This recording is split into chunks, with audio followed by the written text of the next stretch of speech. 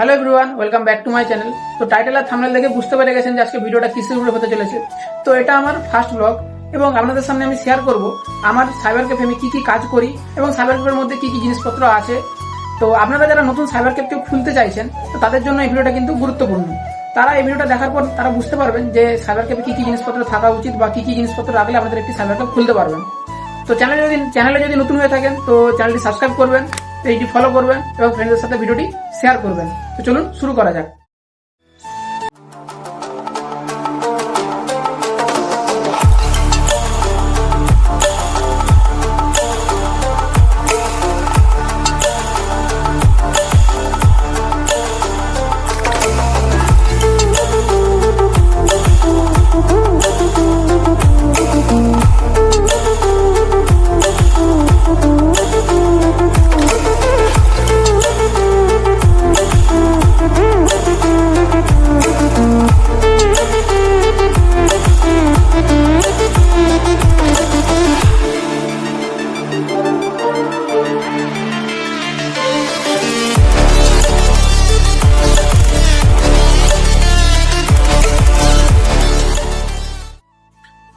তো প্রথমে আমি দেখাই আমার এই সাইবার ক্যাফটা ঠিক এরকমই দেখতে।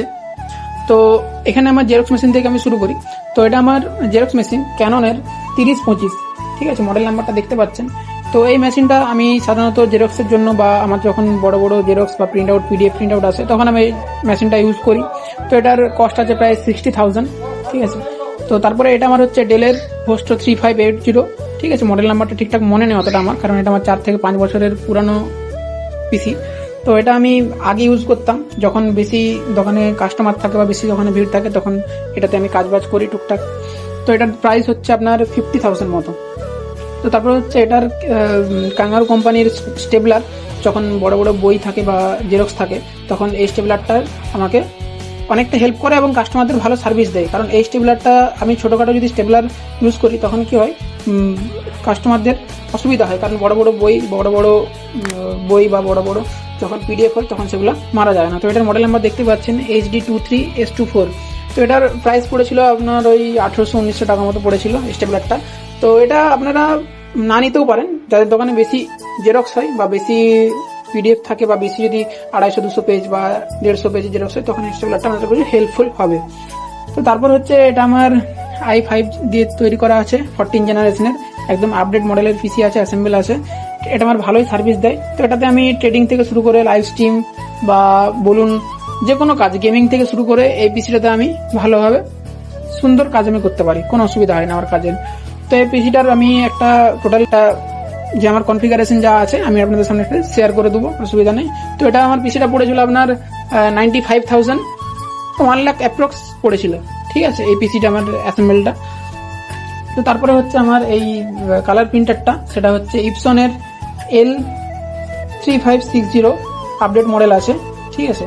তো এটার প্রিন্ট কোয়ালিটি খুব সুন্দর, বেস্ট কোয়ালিটি একদম প্রিন্ট বলতে পারেন, যারা ইউজ করেন তারাই বলতে পারবেন যে প্রিন্টারটা কেমন সার্ভিস দেয় বা কী দেয়। হেভি সুন্দর প্রিন্টার, খুব ভালো কাজ দেয়।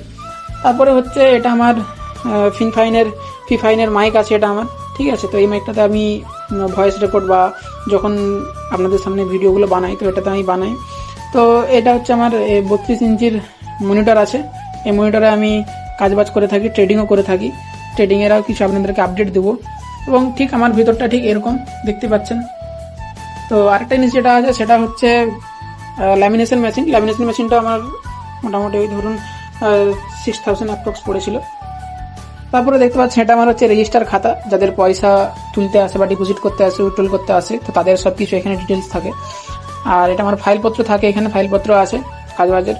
তো তারপরে এই যে মনিটরটা প্রাইস আমাদেরকে বলা হয়নি, এটা প্রাইস ছিল 16,000 অ্যাপ্রক্স একটি প্রাইস ছিল। এবং এই মাইকটা প্রাইস ছিল তোমার 5-6,000, এটাও 5-6,000 মতো পড়েছিল মাইকটা, ঠিক আছে।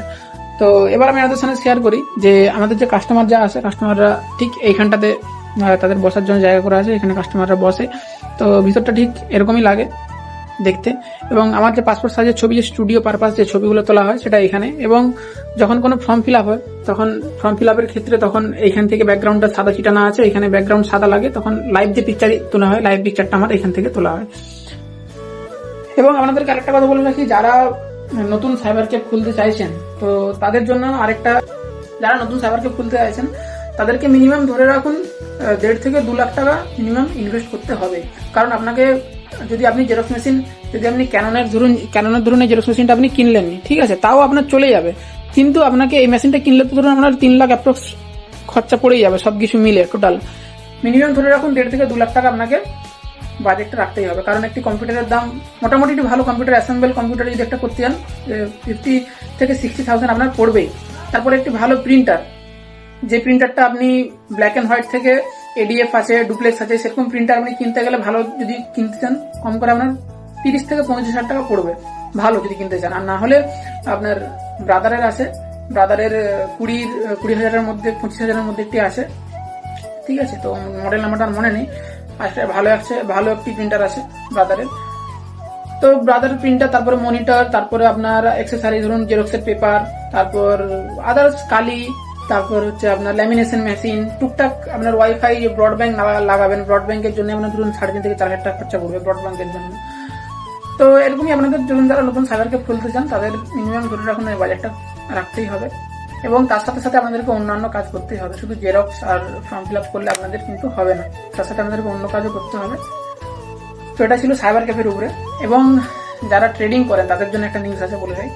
তো 1 ফেব্রুয়ারি বাজেট আছে 2026-27।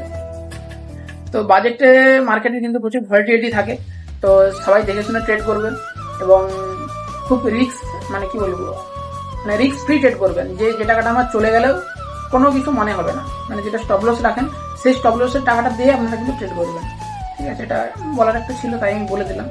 তো আর যেটা হচ্ছে আমার যে সাইবার ক্যাফের ভিতরটা ঠিক ট্রেডিং এর কনফিগারেশন, মানে কি বলবো, ট্রেডিং এর পুরো ভাইবটা এখানে কাজ করানো আছে, দেখতে পাচ্ছেন প্রত্যেকটা ফটো আছে, প্রত্যেকটা ফটো ট্রেডিং এর উপরে দেওয়া আছে। তো এটা আমার শুধু সিএসসির যে সার্টিফিকেটটা, শুধু সার্টিফিকেটটা দেওয়া আছে, বাদ বাকি সব দেখতে পাচ্ছেন এখানে ট্রেডিং এর দেওয়া আছে সব, দেখুন।